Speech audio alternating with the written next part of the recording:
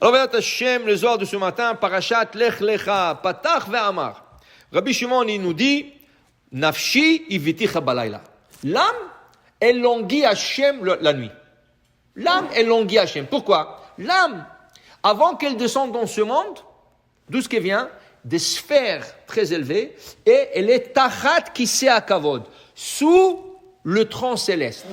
Seulement, Akadosh Baruch Hu lui dit à l'âme, ma fille, il faut que tu descendes dans le monde, il faut que tu te fasses un petit compte en banque de mitzvot, et après tu remontes.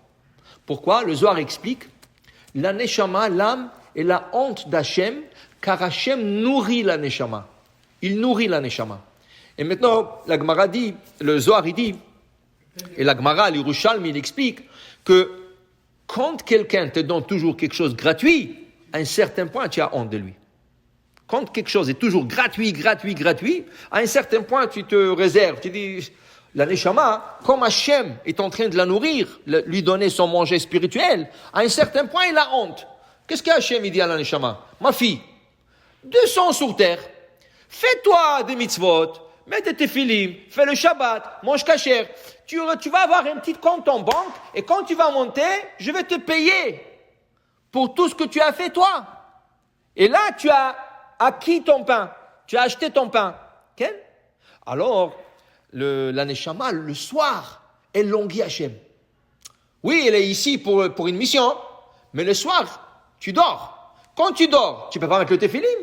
Quand tu dors, tu peux pas lire le schéma, tu peux pas t'asseoir dans la soukha. Alors, la neshama, elle dit, maintenant je suis libre. Je vais aller visiter mon père. Avinu Sheba Shamayim, mon père céleste dans le ciel. Je vais aller visiter Hachem. Nafshi, iviticha balayla. Hachem, je languis, je vais vous voir. Et là, il veut monter. Et commence à monter. Il commence. Dis, Rabbi Shimon Bar Yochai, Tachazé. Mais viens, je t'enseigne quelque chose.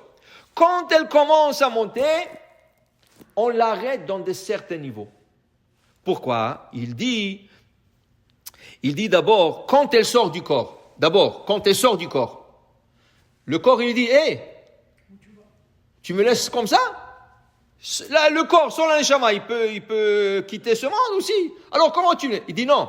Il dit, Tahazé, viens, je t'explique, quand elle sort du corps, Chadrishimu de kista de chiyuta de liba. Elle laisse une petite empreinte de la neshama dans le cœur. C'est ça qui fait battre le cœur. Le cœur, il continue à battre et il garde toujours le corps en vie.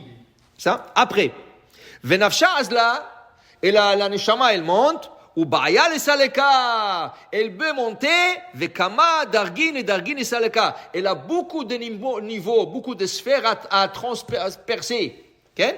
Mais il te dit, une seconde, si cette neshama ista'avat, elle s'est impurifiée pendant la journée, elle a fait des péchés, qu'est-ce qui arrive? On l'arrête.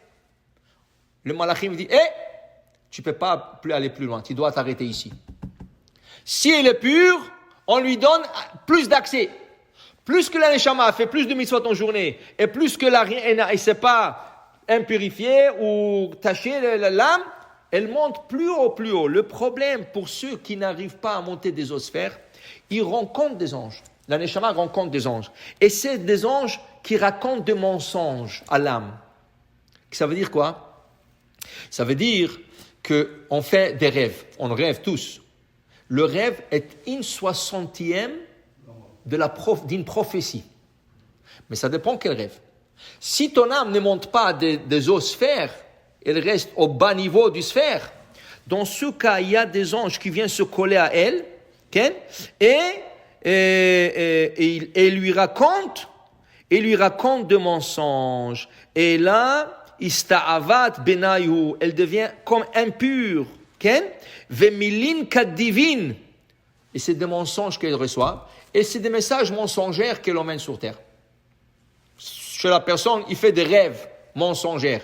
Deux fois, plus que ça. Deux fois, ces anges lui font peur. Et là, ça vient le cauchemar. Tout ça, parce qu'en journée, elle n'était pas assez méritante à faire des mitzvot. Et quand elle monte la nuit, on ne lui laisse pas à monter très haut. Mais celui qui a purifié son âme, Zakaat La nafshat de zakat, les saleka, celle qui a du mérite de monter, itchazeat kame de savar apeyomim, vidavaka berote itchaza betiofta. Là, elle monte très très haut, elle arrive à des niveaux, on lui montre des choses qui sont très vraies, de prophéties, on lui montre des choses qui peuvent arriver, de ça. Alors il te dit qu'il faut se purifier en journée. Plus que tu te purifies en journée, le soir, ta neshama, tu lui donnes le mérite de monter très haut et recevoir des messages. Mais moins que tu fais des mitzvot, ou tu fais des averot, tu laisses la chance moins à ton âme de monter à des très hauts niveaux. Alors dit le Zohar à combien une personne devrait se purifier en journée pour donner le mérite à sa neshama. Baruch Adonai le'olam. Amen ve amen.